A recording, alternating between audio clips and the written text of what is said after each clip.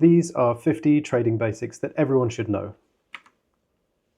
If you're about to start out in trading, you should have thought about every one of these, at least once. So that's what I'm here to do, sharing this hard-won trading knowledge, giving some no-hype advice to help you get started quickly, and I want to help people to keep and grow their money. So this channel is based on no-hype trading. We're going to cover 50 powerful trading lessons, and I've been looking into this crazy topic since 2017, so hopefully this will save you some years or months of figuring these out slowly on your own. We'll start with the market basics, then move into trading psychology. We'll look at what works and what doesn't. We'll look at advanced market thinking, and we'll cover execution and mastery later. So the first stage, market basics. The sessions: Asia, London, US, three major ones. You could call Sydney another session. It overlaps with Asia pretty much completely. You can call it Australia or Asia. Either way, each session has a different volatility and liquidity profile. You can expect the US Open to be the busiest time, the London Open to be quite volatile, but soon settle down. Most liquidity will be in the US session and where it overlaps with London. This is where a lot of people, at least in Europe, trade, and for the US, it would be more their own session, of course, unless they trade later into the evening, then they come into the Asia session, which is a lot more steady, a lot less volatility on most days, and you could say more predictable potentially. But that for us here in the EU, that would be a nighttime session and not something most people will trade, at least manually. So the best times to trade often align with the overlaps of these sessions, and you can see some rough timings here. London generally, obviously in the morning. In London, you can look for volatility coming in around 7, 8 a.m. and start to position yourself and read the market from that point. And it will end about 4 p.m. And start to trail off while it's handed over to the New York session, which kicked off at around 1, 2 p.m., depending on time zones and daylight saving times, and finish later into the evening, just before the rollover kicks in, but we'll talk about that later. So 4 p.m. GMT, we have the fix, which is when interbank rates are fixed in London. Then we have a rollover at 10 p.m. where there is extremely low liquidity, and we would advise you not to trade there if it can be avoided. Basically, you can't enter or exit trades with most brokers at that time, and if you do, they will be subject to immensely wide spreads, and you won't get the fill you want, and the price won't go anywhere near where it's showing on the chart. Then we have things like options expiries that are timed throughout the day. You can look these up. And we also have dead times to mention, which would be sort of after the open, and it drifts between sessions until the next session opens.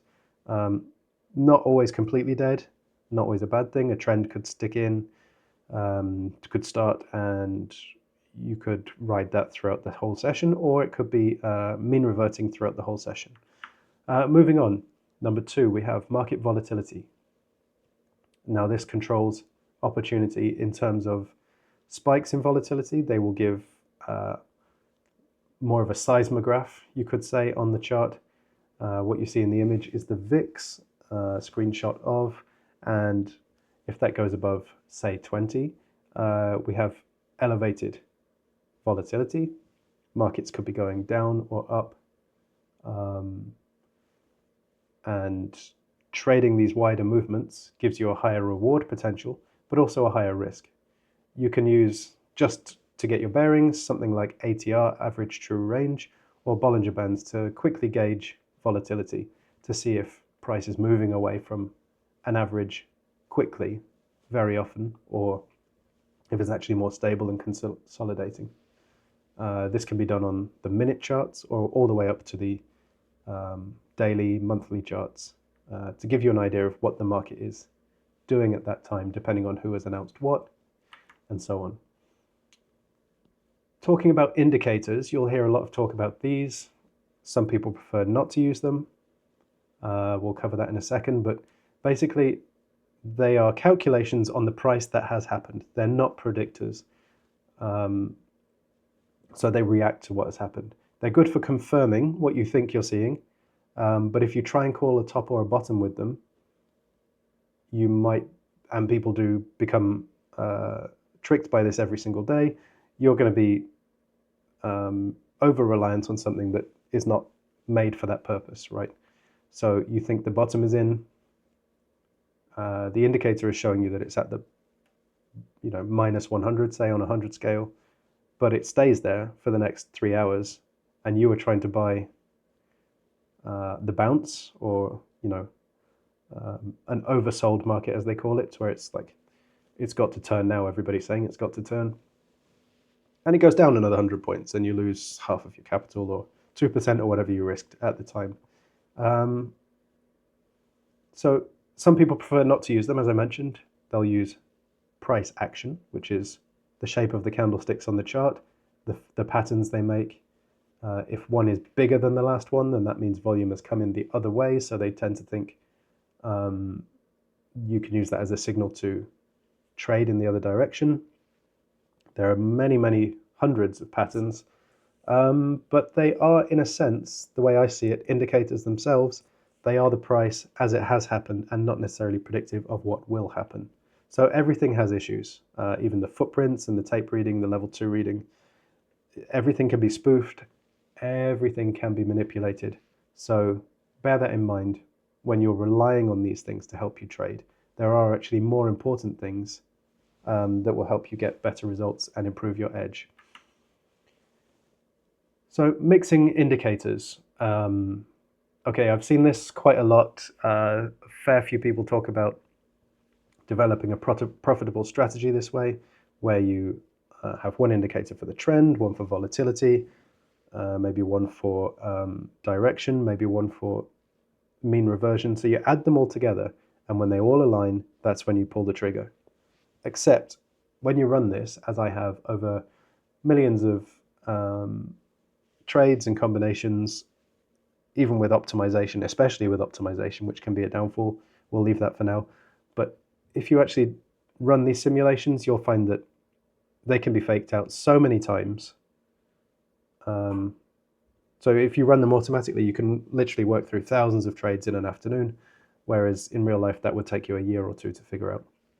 You could be break even with your strategy and not realize it. So being able to run these automated things gives you an insight into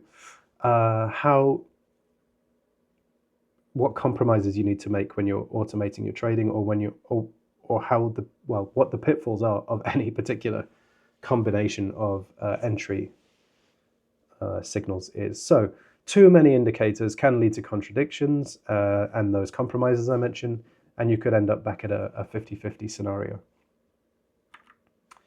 So candlesticks, they're a visual representation of order flow. They are not future predictors. This is the price action trading I mentioned previously in 3.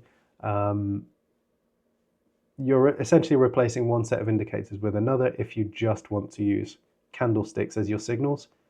I've, again, tested lots of these. Lots of people have tested lots of these. Some have an interesting output, but in general, this isn't where you want to be focusing most of your energy, unless you really you don't mind the compromises, you don't mind low and slow, you're happy to let this grind over years. That's not really what most people coming to trading want, so I'll point this out now, that any form of signal from the chart faces the same issues, essentially. People talk about wicks and a price going into the wick area. Like that wick on another chart on a lower time frame is actually a full candle in itself, so this fractal nature appears. But price going into that area doesn't really mean anything. I'll probably point out on the next slide what I think is maybe a more important consideration.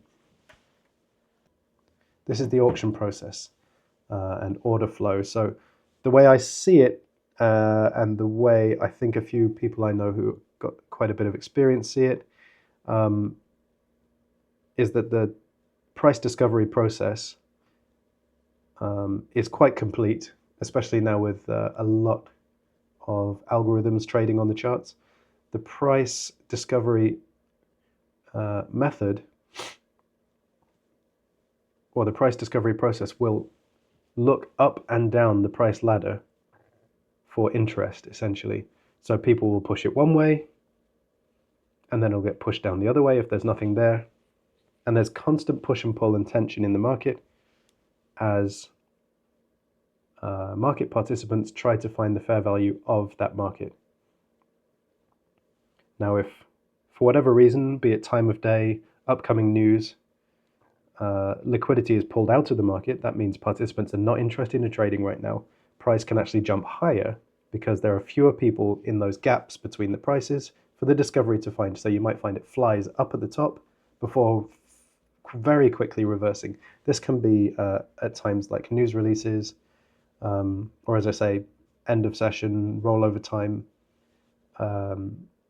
So volume is quite key in that you want a decent amount of volume when you're trading, as the thin order book can suddenly create a run on price, unless you're expecting this and you have limit orders set in the correct places.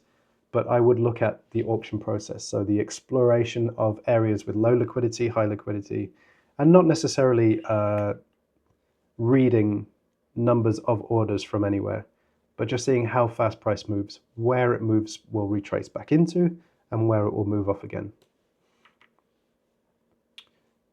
And actually, that process is more simple than the indicator situation. I've actually been designing and building indicators for years now.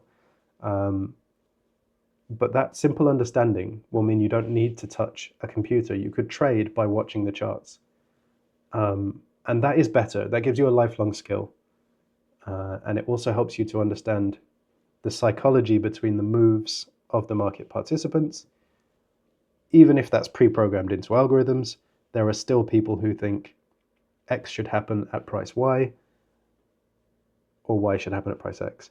So mastering a few core concepts like this auction theory and an understanding of how price is represented on the chart, that would beat a cluttered approach any day, in my opinion. So this depth of knowledge beats surface level complexity. What you'll find, though, conversely, is that institutions and experienced traders do rely on indicators as a sort of crutch or assistant to give them a clue about what's happening. So for instance, VWAP is huge, right? Volume weighted average price. This is used in the stock and equities markets, as well as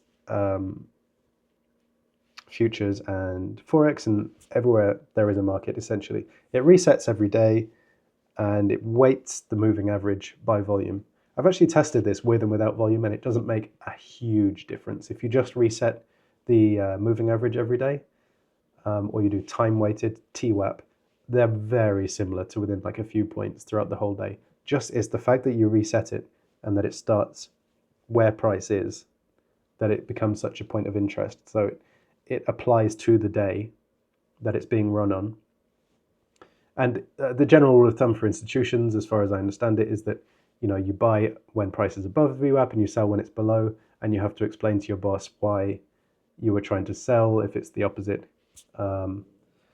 And then you get people that seem to treat it as the holy grail, and if price will bounce off it, they think, yes, this proves everything. Everyone is using VWAP, but that's not really the case. You'll see that it fails more times than it succeeds in terms of bounces. But as a line in the sand, that's how you need to approach it, as something like to show you for that day price is going up above the open or down below, and why and at what speed. They're the kind of things that I would look for in using indicators. I actually have one built that's VWAP bands, and that's really interesting. When price goes above the second standard deviation of the VWAP, more often than not, it reverts. And if it grinds up through the band slowly, then you've got yourself a trend and you can trade accordingly. But anyway, back to indicators. Overbought, where something has been trending high. The RSI, for instance, as an example, will be pinned to the top of its range. And you think, great, prime time for selling. or the opposite, it's oversold, it's at the bottom of the range. It doesn't work. It doesn't work over time. The market does revert to mean, but is that on the daily time frame? Is that on the 5-minute time frame?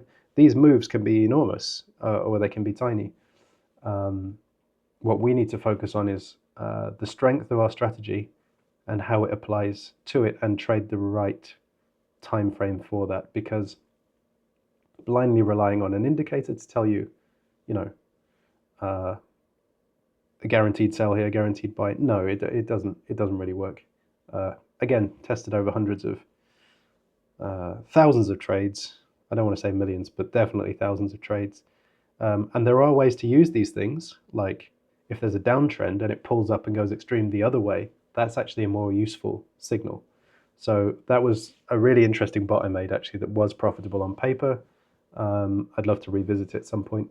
Literally just use an MA. If price is below it and the RSI peaks the opposite direction, you've got a nice pullback in a trend, and you can take that quite safely. I'll leave that with you for now anyway. Last slide of the first 10. Breakouts usually fail. So you get breakout traders who are looking for a pop in the price. Price will move up, go steady, and we're looking for either a flag pattern or some break of a level, the last high, to say, okay, we're breaking out. Except, again, when you try and pin the market down to just mean reversion or just breakouts, it will fail. You need to read the time of the session, or the mood of the market, or the news that's coming out, and have that wider view of when you expect it to revert or continue. There's a study out recently which I'm starting to apply to some of my trading. It actually just confirms what kind of makes sense once you've been looking at the markets for a few years. Slow trends survive, and fast moves or fast trends tend to revert. So again, back to that VWAP bands thing, if price pops out of the top 2 standard deviations, you're going to get a correction on that 9 times out of 10. Whether that's a big correction, correction back to source, correction to halfway line, no guarantee of where it will land, but yeah, if it's slow and grinding, that generally tends to survive, and you can buy the dips in that. Okay, let's keep things moving. Stage 2, trading psychology. Leverage, this can be good and bad. You can get better wins, but also deeper losses, and many people blow accounts when over leveraged. So you have to calculate your leverage. You have to know what a sensible lot size is and how that translates into dollars on your account and percentage of your account balance. I have an indicator that tells me all this stuff because I sat down and worked it out once, but there are online calculators. It's a simple calculation anyway, but you do need to know your broker-specific details, and then you can figure it out from there. I'm not going to go into it now, but essentially, if you're over-leveraged and you're not aware of it, you're going to get into trouble very quickly.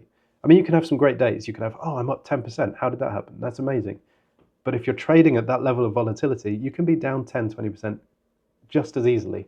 And you have no control over your risk management at that point. So do get an understanding of those numbers. Margin call. Okay, so nobody phones you up anymore and says, please deposit more money in your trading account. That's how it used to be. With prop firms and things now, you just blow the challenge. With accounts, you just blow them, essentially. Normally, brokers don't have to foot the bill. I think in some cases that is true, but that's never been that's above my pay grade, so to speak. Basically, if you run out of money on the account, that's it. You shut it down or you refund it. So the idea of avoiding this is to keep your position sizes small, and you add as you go. If you add capital, you can still have a large risk per trade. So $5,000, $10,000. If you have a great big account, that represents a very small fraction of your account, but not many of us have that, right? So you need to be keeping your position sizes in manageable amounts. It could be from $20, it could be $100. And just manage the lot sizes accordingly. So if you are getting close to margin call, if a single trade can blow your account, you're doing something wrong. That's gambling, essentially. You're betting on black or red. And then you also have the psychological approach of it not being your money with prop firms. Some people just very blasé. It's not even real money, right? We all know it's simulated. But if you don't treat it seriously, if you don't try to build a track record or be a consistent trader, tilt is only around the corner all the time. If you work for a bank, for instance, like Steve Ruffley talks about how people are told to, they're paid to risk, paid to take risk, and they do in huge amounts, but they have a risk management team sitting in an office watching all of their trades. They get pulled off the floor if they risk too much and they lose it. Now, Steve says they're actually let back on in the afternoon to win it back. And it does sound a lot like gambling, right? But a lot of these guys have edges, track records, and if they can't keep it going for long, they'll get booted anyway. So like the way that they manage it is literally just to stop the psychological temptation to chase a loss. And that's something we need to start putting things in place for. I'm actually hopefully going to work on something that will help traders with that, but that's all in good time. Let's keep this moving. Your brain is wired to lose. So you're going to exit a winning trade early, which is absolutely bonkers, but everyone does it. And you're going to keep a losing trade open for way longer than you would have kept the winning trade open. The nerves that come in when you're winning versus when you're losing. It's very strange how this works in the brain. Obviously, we want to secure things, and we can handle a great deal of hardship while we do that. It's an evolutionary thing, perhaps, and it's way above my pay grade again to go into why that might be, but we need to flip it. And that's what's so hard with trading. You need to flip. You need to be like treating drawdown as something to cut quickly and profit as something to leave running. Because if you can double, triple what you're risking, statistically, you're going to come out on top. Obviously, there are many more factors to go into that, but that's the basics. That's what it boils down to. So holding into deep drawdown is common, and then when it comes back out, trying to exit at break even, not even letting it have a chance to go to profit. This is something that algo trading and bots can help with, because obviously fixed limits, fixed stop loss, fixed take profit, or indicator exit or something would help you out. You don't need to touch it. You don't need to worry. The stats will play out over time. But you need to think like that with discretionary and manual trading. You need to think that kind of way. You can't just be hoping and coping your whole life, your whole trading life. So the instinct to hold on to winners and cutting losers is not there. You do need to develop it. Tom Hugard, I will recommend his book, Best Loser Wins. He describes this perfectly, and he overcomes this every day. Even his trading style is so simple. We'll come to that later. And he still manages to get the edge out of the market because of how he handles his risk. So people fear risk, but then they overtrade anyway. They overexpose their accounts to risk by taking 100 trades in a day. An exaggeration in most cases, not all. You see, you want to be in a trade, you want to have something on, you want the opportunity, you want to be exposed to the chance to win, but your costs are going up. You're not really planning your entries or sticking to a strategy. You're acting impulsively, and you're acting through fear and greed and those base instincts, which again, we need to overcome. Sounds easy, right? Everyone coming into trading like, yeah, no, I got this. Month 2, month 3, fine, I've got this. No, man. 5, 10 years down the line, you'll still be doing it. I know people who do it. Some people are born with the ability or the resources behind them to get that confidence to push through.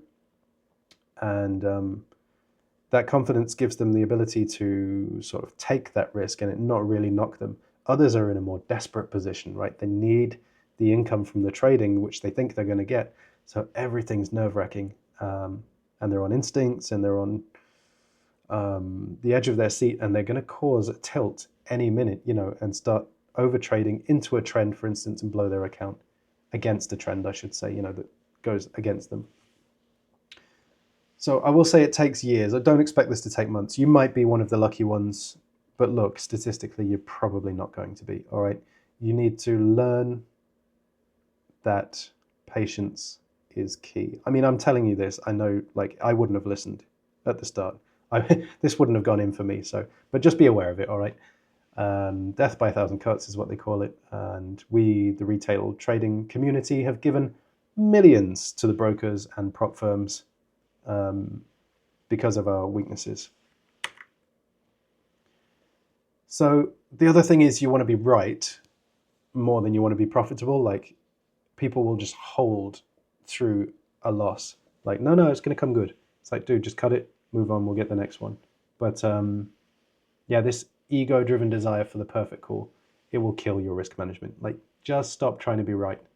If it's going against you, that's not a good entry. It messed up. Sure, give it 10, 20 pips, depending on your style.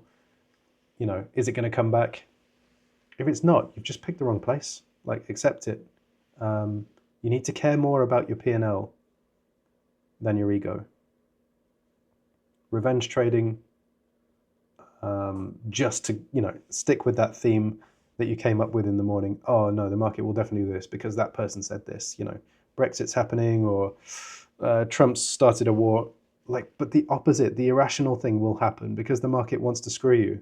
Every participant in there is fighting tooth and nail to screw everyone else.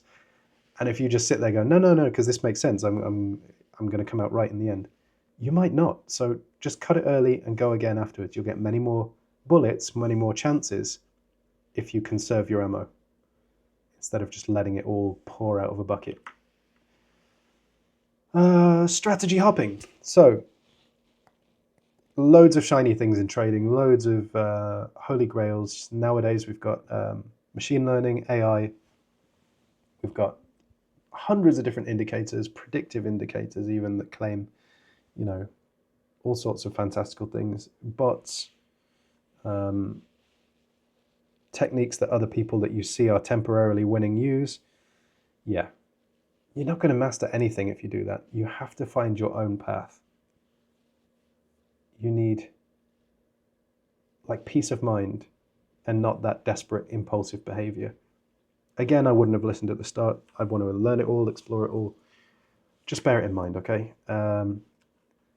So I'm saying here that the gains that you're going to get eventually will come from iteration and refinement of a single process, not novelty. So you're going to stick to one thing that works for you, that makes sense to you, and you're going to improve it over time. And that could be nothing to do with the strategy. It could be the risk management, or you could refine where the entries are. You could change the times. You could do all sorts of things. You could even back test that. But you're going to stick and focus on one thing instead of try 20 things, because it won't. You're just spreading way too thin at that point and you're not improving. So being faked out, like I say, the market is trying to kill you at all times. It's a bit like living in Australia. You've got to watch out because you lift up a boot and there's going to be something in it, under it, or on the back of your hand. Rapid price spikes. So these can be planned by institutions, reaching a certain level. Everyone thinks it's going to turn, bang, it carries on through and then reverses afterwards. So they call it stop hunting, or liquidity grabs, various names for it. It's just trickery quite often, so they can get a better price and use the liquidity from people being flushed out to get more size on themselves. I mean, this can all be automated. There might well be algos doing it. There might just be coincidence that sometimes it happens that the liquidity dries up, the price whips, and then everyone comes back into the market and it goes the other way. If you look up market structure, fancy word for is price going up, down, or sideways. But there are things around that, like classic historical patterns where price will whip the other way before ripping the other way 10 times more. Springs, traps, various Wyckoff theories. You can learn it, you can understand it, but at the end of the day, just be on your guard. Like, what you think is going to happen, probably the opposite will happen. And then double bluff the opposite of that will happen. Like, Jesus, you can't plan it, but it's good to be aware of what people who've come before you have figured out. So, like I said, with the auction theory, price will test the ladder, in my opinion, and that of someone called Chris Laurie as well, which I kind of picked some of this up from. Price will explore, and also just looking at the L2 stuff as well, the the price ladder itself, where you see where the orders are sat. You know, price will explore up until it exhausts and then just be hammered on the other side. And this happens just throughout the day, all time frames. And that's kind of how consensus is found. Now, losing strategies. Okay, so this is what I was talking about with Tom Hugard. Like, he has a very simple, what does he say? Like, if the first or the second 5-minute candle is short, his school run strategy, you can look it up. But basically, a very simple way to determine if he's going short or long for the day. Sets his entries as limit orders, I think, above or below that candle I talked about, and rides a small portion of the move. He'll scalp it, but at incredibly high risk. So it's not like it's a bad strategy, but it's nothing special. You know, he's just making a call based on very limited information. But then his risk management helps him pull it through. Fading every big candle might yield surprising results in certain markets. Right, so what I mean by that is like a big push in one direction. Like I say, liquidity's cleared out in that direction, but then it stops. No more buyers. Let's take the other side. And as I say, you don't know if it's going to come down halfway to that candle, the full way to the bottom, or twice as far. But if you take some of that as a fade, as a scalp, then that can work for you. Been speaking to someone recently who's got 10% on his account the last few weeks doing exactly that. Bounces off certain levels based on what the day was trending. It's so simple, but like, he's not overcomplicating it, and he's going with the trend. So like the majority of, you know, the market participants. And there's nothing to say that strategy will work forever or any reason why it should work at all, but well managed, well controlled risk. Yeah, you can get a positive edge. Short term, and then maybe you withdraw, although that's another point. Withdrawing money from an account, like, what's the point? You're only going to spend it on another account. Anyway, that's beside. Let's look at basic strategies, also can work great. Again, linked to the last point. Simplicity and strong risk rules can outperform complex systems. Talking about Tom Hugard's school run strategy again. But just to highlight, he does actually make millions with this. He's recently doubled a 10K account just to prove that, you know, smaller accounts can do this too. I say smaller, I know that's a lot for many of us, but he's getting the point over that his whatever 100K, 200K account is doing exactly the same thing. It's all just percentages and proportions. And the key point is cut your losses and add to winners. It's literally all you need to do.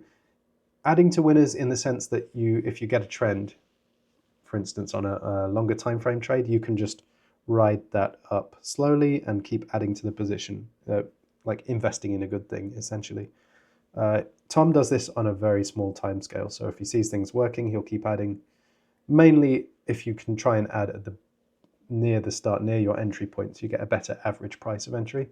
But basically what you're doing is accelerating your rewards, and then if it goes against you, you cut that quickly, so your upside is always more than your downside. Sounds simple, right?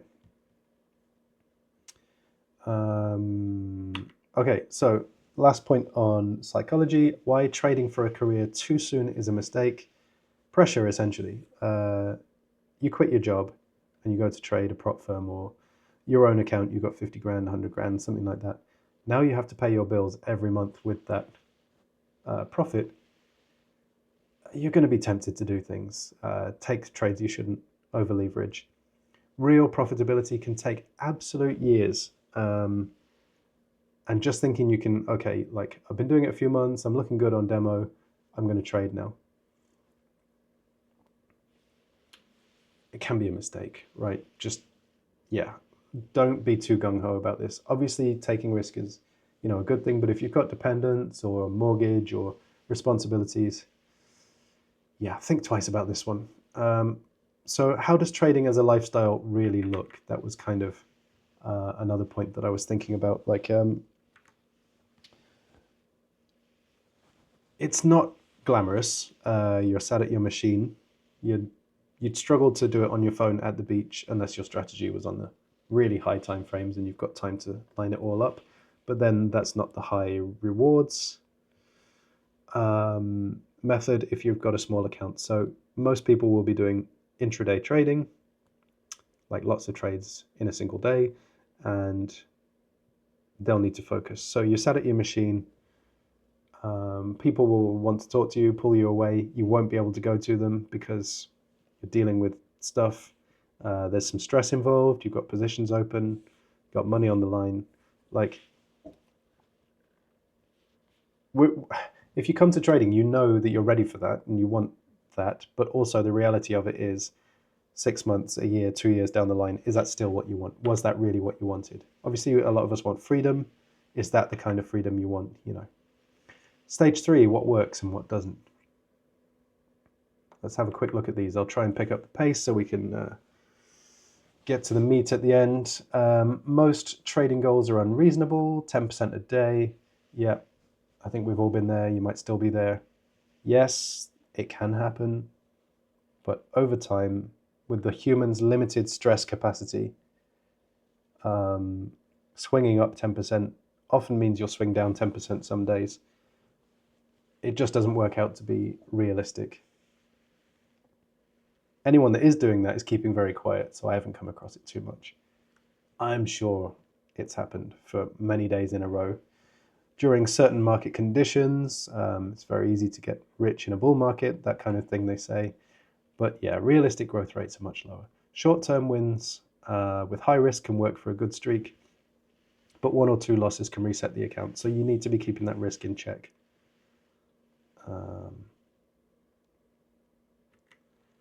How much time you really need. Okay, trading is a skill. So there's lots of things to take into account. I've likened it to medicine or law here. I think I should probably owe those professions more respect, but there is a lot to learn and a lot of nuance, and you are going to need years, not maybe as many as medicine or law, but you're going to need years, and it's not going to come in months. If you want to understand things fully and know what's going on and not be blindsided in, say, year 2, everything was going well with this really basic thing, market was in an uptrend, you were doing amazing, boom, blindsided, no account left. Like, you don't want that to happen. So take it seriously and spend the time on it. If you can spend most of your days on it, you'll learn quicker, but there is a part-time path as well where you're kind of picking things up, taking shortcuts, taking courses, that kind of thing. But just be careful about who you take advice from, A lot of people make a lot of promises, and there's a lot of hype out there, and you need to be on your guard. So, copying strategies, it will not work in the long term. 1, you don't learn to trade. If that tap for the signal is turned off, your career is over. And also, many strategy teachers are way over opinionated on what they think works. They don't have a scientific approach or like this open mind. They have a very narrow method and they overinvest in it. So they can quickly be wiped out, discredited completely, but they took, thousands of people down with them. You need to watch out for that. Also be aware that the signal providers can often be delaying their signal. So they get in early and then they dump on the group. Like, not super common, because obviously if they had a signal that was that good, no need for the signal followers as well. But there's a lot of money to be made and all that stuff. So yeah, watch out for that. The holy grail of trading. Okay, I'm just going to say it doesn't exist, because there's always a weak point, and that weak point is normally the bag of meat sat at the computer trying to take the trades. But even if you have an algo, it has to take so many compromises to get the right conditions. It's not going to be as performant as, say, an optimal human doing it. Maybe that changes in the future with AI, but we're not there yet. So I'm also talking from a retail trader perspective and not, say, an institution or a hedge fund, where real alpha does actually exist for a while in terms of market making. But even those trends, they will disappear after, say, a a month, 2 months, that can run out, and then they have to move on to the next thing. Combining factors, statistical arbitrage, all these things are like what they do, and they don't really apply to us, but they have sort of the potential to pick up on more stuff with better information, better infrastructure, but that's not what we have access to. So even if we did, I don't think a single person could manage all of that. So we manage our risk and capital as best as possible. We work the probabilities and the discipline, and we come out on top that way. That isn't a holy grail, that's a lot of work, but it's just worth bringing up the point. So you could actually look at, and I've seen a few, if you look on some websites show track records of certain bots and things, you'll see they go up and to the right in a perfect line for years on end, and then suddenly they'll be wiped out and they'll delete the profile, or they'll leave it up. Like there was one called Turbo Hamster a while ago, I think. People buy into it. They absolutely throw money at these things while it's on a winning streak, and then whoever's left at the end, it's a bit of a Ponzi scheme, just get wiped out because it was taking a silly amount of risk. It was martingale, it was gridding. Look into those things, but yeah, there is no. I mean, if there was, it doesn't even bear discussing. Like, if there was the Holy Grail, like, where is the person that's running it? Satoshi Nakamoto, maybe, but even that's not infinite money, is it? It's like as much as current billionaires. Okay, why algo trading isn't the answer? Like I say, you do need to work on them. There are compromises to be made. You have to change the regime or adapt to market circumstances depending on how it's built. I actually do try and build algos, and I try and avoid having to tweak them, but people that do run them say, the edge can decay quite quickly, or it can work great in sample data and then not in out of sample data. So people that don't do robustness tests are already broken out the door. It's not a golden ticket to hands-free profits. You have to be watching it. You have to allow it to miss trades so that it gets the best ones.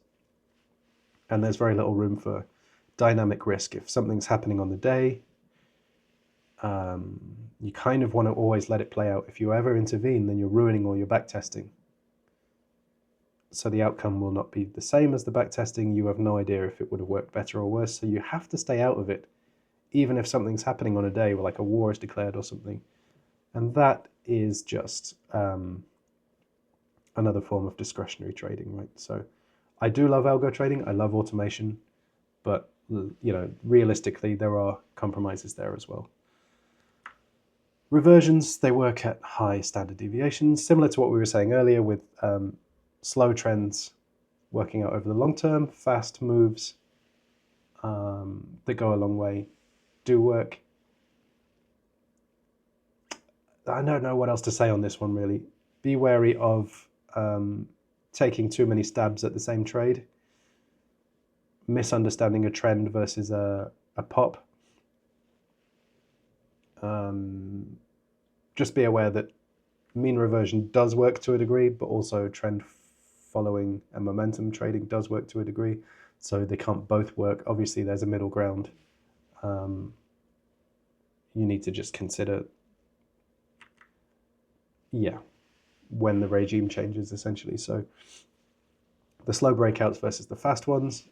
Again, this is the other side of the mean reversion coin where you're trading momentum and breakouts. And I talk about the recent study. I'll have to link it in the description now. I've talked about it so much. Checked over millions of data points in dozens of markets, and they found this to be true, that slow grinding trends are reliable and pops are mean reverting. Overtrading feels good. You get a dopamine rush. You're being emotional. All's good. Even if you're losing a little bit, you're like, yeah, but I've had a good day.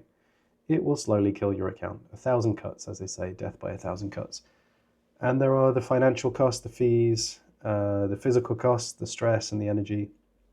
So don't overtrade. Even if you think you can handle it, yeah, good, 20, 30, 40, 50 trades, you'll be blasted by the end of it. And you can't do it the next day, or you can maybe, but then try day 3. I don't know, like, we all run out eventually. Just go steady, just plan good trades, and you won't need to do that. So again, with the VWAP and also weighted averages, just to go a little bit deeper, people talk about specific settings for moving averages as if like, a 20 period is better than a 50 period, or you need the 21 actually, or the 59. Like, what are you doing on a 50? Ah, damn it. It's so basic. Like, you're just measuring an average. And then people say it bounces back to the average, or it bounces off the average. Like, price isn't doing anything of the sort. The average gets closer to the price, the less the price moves. It's just maths. Like, there's no bouncing going on at all. So, yeah, I mean, don't take any of these indicators as magic. VWAP and TWAP, as I've said earlier, they are very similar, time-weighted average. Even a 50 EMA is very similar to a VWAP line on the right time frame. The volume effect per price change is not actually that large when you look at it. I've rebuilt a VWAP indicator and tested it against others, and when you take the volume part out, it doesn't actually make a huge difference. So, just to say, context and all the other issues we've talked about matter more than any one particular setting or indicator. Reversion, again, works in ranging or slow trending conditions. So you want to revert into the trend, essentially, by the dip. If you try and revert a trending market, again, you're going to blow your account. I've seen it done more times than you can imagine. Okay. Advanced market thinking. When to quit? Yeah, sometimes you don't have enough money or mental capacity and it's just not working out. Take a break. A few days, a few weeks, a few months. I've seen people come back 2 years later after doing some studies and stuff, and now they're like really on it. They're in the right place. Trading from a place of desperation doesn't usually end well. Get stability first. I actually didn't recognize myself that I didn't have stability for the first quite a few years before I started trading well. And if you don't recognize it, you just bash your head against the wall. What kept me going was that I was building stuff and I was testing it, and that didn't really affect my psychology too much. And I didn't have to spend much money to do it. So in terms of learning fees, what I've lost in trading is quite low, in the low thousands.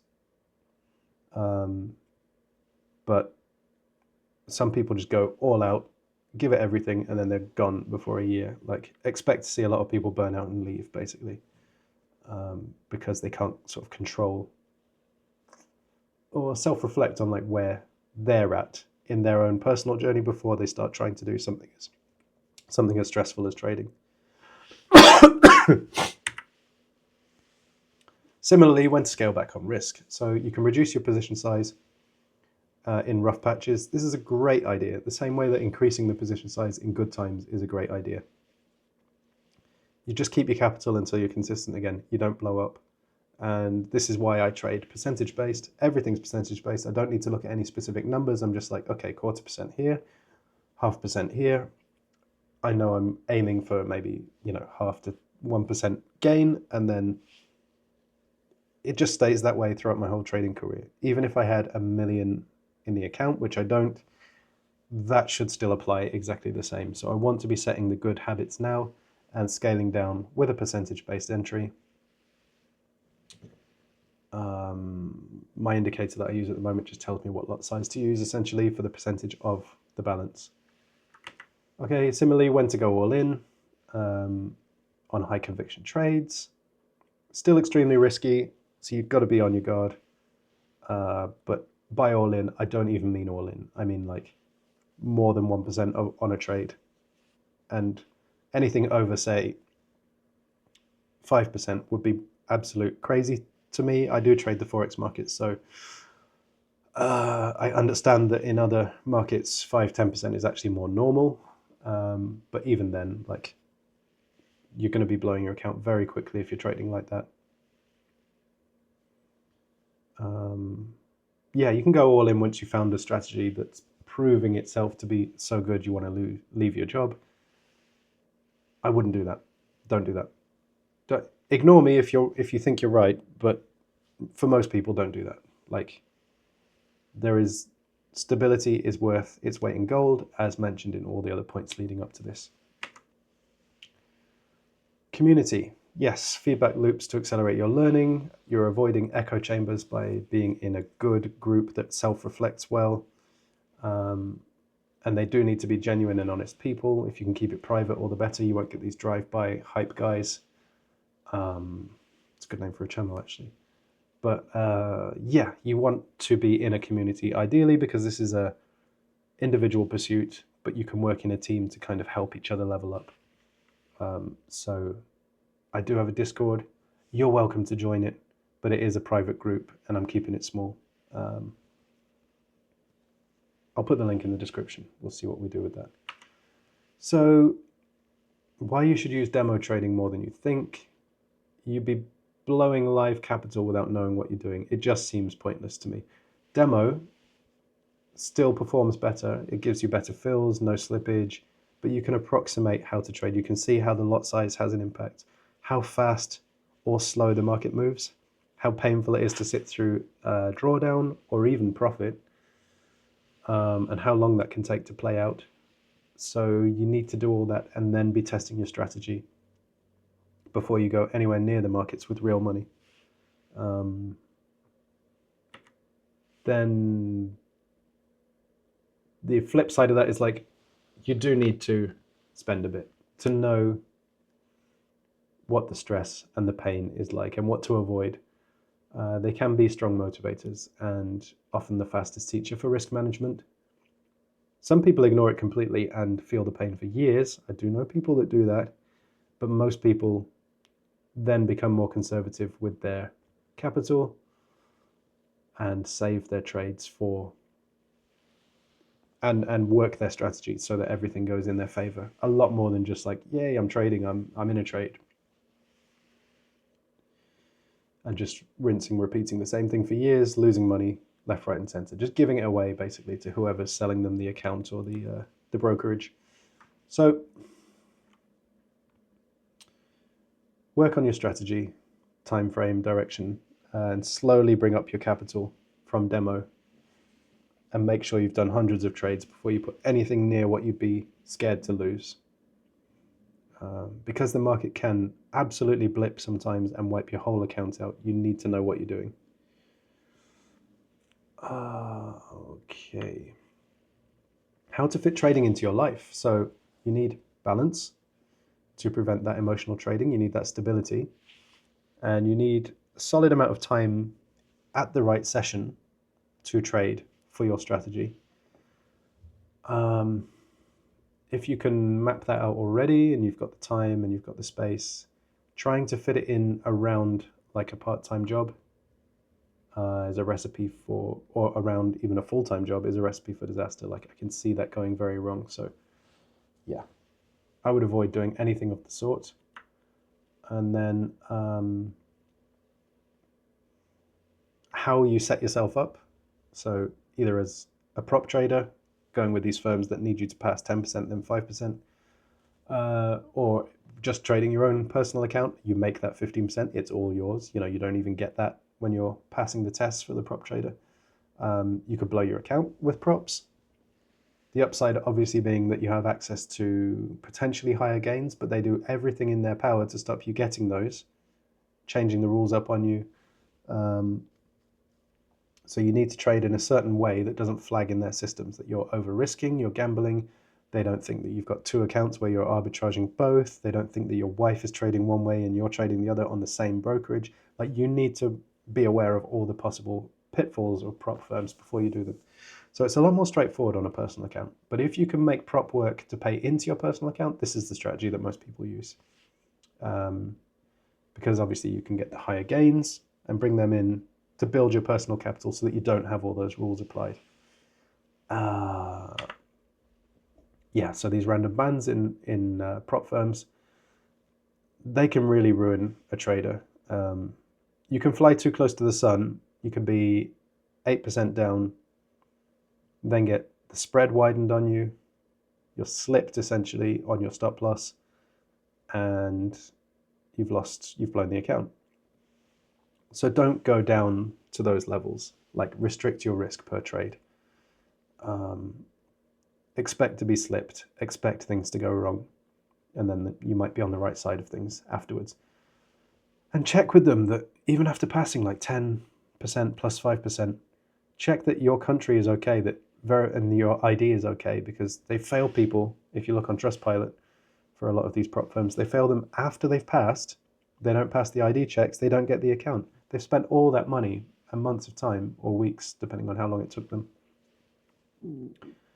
The same way a single bad day can sort of invalidate their hard-won accounts, whereas that doesn't happen on a personal account. So do think of the pros and cons of both.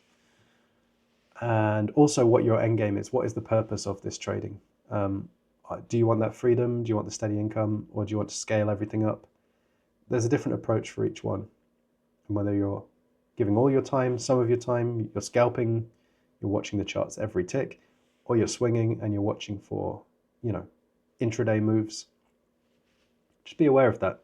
FA and TA I've mentioned there are fundamental analysis and technical analysis. You need to be aware of the wider market conditions, what economic news is coming out, and then the movement on the chart, how to read the price. So these all recombine in different ways depending on what your end game is, and it's well worth thinking about. Right, the last stage, execution and mastery. I guess we're going over some old ground here. We might overlap a little bit, but reducing emotional errors because of all the things mentioned up till now, you can do that through semi-automation. You can let a bot handle your entries and your exits while you supervise it. It will minimize the impulse trading, and you can switch it off before big news. You can walk away when stressed or busy, and it will handle the trade for you, and it will stick to your rules and edge. Great, right? But it needs to compromise to get there. So you do need to just consider if you want full automation or semi-automation, where you're sort of taking yourself out of the loop up to a point, but keeping your own discretion over the trades. Prop versus personal, again, this is just thinking about risk parameters and scaling potential. You can lock yourself out on a lot of the futures prop firms with a daily limit. That's been helpful to a few people, although if you're finding that you need to use that as a crutch all the time, maybe you're not ready to actually trade yet, because you shouldn't need that. Yes, professional traders do have a risk management department that will come in and pull them off the floor in banks, institutions, but they're also told to risk more than we need to. So don't be pulled into that trap if possible. Try and think slow and low and grind the account up. Also consider there's no time limits. You can test live with small lot sizes, micro lots, 0.01. This will be pence to pounds to dollars, a few at a time, and the account balance won't move in any significant way, and you can get your bearings and see how things are working before you actually start taking risk. But you do need to take risk. Like at some point you will need to take risk, but get your bearings first. Make sure you're in the right space. And then for a personal account, just consider that you are more flexible. You can withdraw whenever, but there is no safety net and there is no external capital. So you have to go low and slow, and you have to build carefully your capital. You could very easily blow an account. You could blow 3 and then make it on the 4th one. People do that with prop, or they do it with personal accounts. But generally, you're going to want to be consistent to make that one work. Handling drawdowns without losing confidence. Okay, so you accept them. They are part of trading. You adjust your risk if it's happening a lot. This is to avoid you chasing trades and getting in a tilt mindset. But as I said just now, you're paid to take on risk. You have to do it. Drawdown does happen. You can use drawdown to your advantage. Literally use it as your, risk area. But limit it, with an edge, especially in risk management, regardless of the strategy. Regardless of the strategy, you can earn your way out of it over time. So just rely on the numbers. And with percent-based risk as well, this one is always contentious with people, but I've worked it out. I've done the maths. I know it's right. If you lose 10 trades in a row, So the table that people used to send around that showed your account was down 90%, and it would take you 90 trades to get out of it, right? At 1%. But that's not actually how it works. If you have percent-based risk, it takes the same amount of trades plus 1 to get over the line to recover the loss, because your percentage went down with every loss and it's scaling back up with every win. So it's actually the safest way to trade, in my opinion. Your risk of blowing up is much reduced if your risk per trade goes down with the account balance. And conversely, it goes up with your account balance, so you make even more. It's perfect. Now, how people manage risk, there's total exposure for the day, assets at risk, also correlations, like you need to be thinking about if you take a pound dollar trade and a euro dollar trade and an Aussie dollar trade, are you in fact just trading the dollar 3 times? Like, even if it's not exactly the same outcome on each one, if one of them loses, it's likely all 3 will lose. Maybe by less, maybe by more, maybe one won't, but in general they're correlated and you have no diversification there. You could also trade choppy markets, like anything to do with the New Zealand dollar or the Swiss franc. And so you're much more likely to have a tougher time in terms of price swings knocking you out and then continuing in the other direction. So you're thinking about the markets, you're thinking about correlations, and you're also thinking about cutting those losses quickly and coming back as soon as possible to continue trading, so that you don't go on tilt. You're thinking positively and forward and trusting the system all the time. Because the market doesn't care about you, you will get stopped out. Your ego trades or the direction or wanting to be right will be wrong a lot of the time. News can knock you out of a trade. So try to detach emotionally from the trading. Focus on the process and not what's fair or not, as long as you know your broker isn't messing you around. And experiment with handling risk. Try 10 lots on a demo. How does that feel? Try 100 lots. You know, if your broker allows 3 10-lot trades, 4 type, you know, just keep banging them in, see how that feels. Normally it's stressful, for me at least, on demo, even doing that. Like, it feels weird. So imagine that live, you know, it's going to be, you have to get used to these things slowly over time, but you also have to push yourself. So there's no emotion involved. Nobody really cares too much about your outcome. You just need to be on top of things. And you need to be thinking in probabilities, because every setup can go all ways, but some ways are more probable than others based on trends or the volatility of the moment. You need to be weighing everything up about, you know, expectancy. And there are calculations for this as well, but without having to go and do all of that, just be thinking about what's more likely in any situation. What's good to do is take a bunch of trades on demo quite seriously, take them over a month or something, and then look at the report. If you right-click the history tab and export the report to HTML, or yeah, that would be fine. You go and look at it, and it shows you the maximum adverse excursion and maximum favorable excursion. The adverse one is how far against you it goes. If you use stop losses, it will just be like they'll all be at the same level. Maximum sort of 20 pips or whatever. If you have fixed take profits, then the favorable will all be in that direction. But what you want to see is that your favorables are higher than your adverse.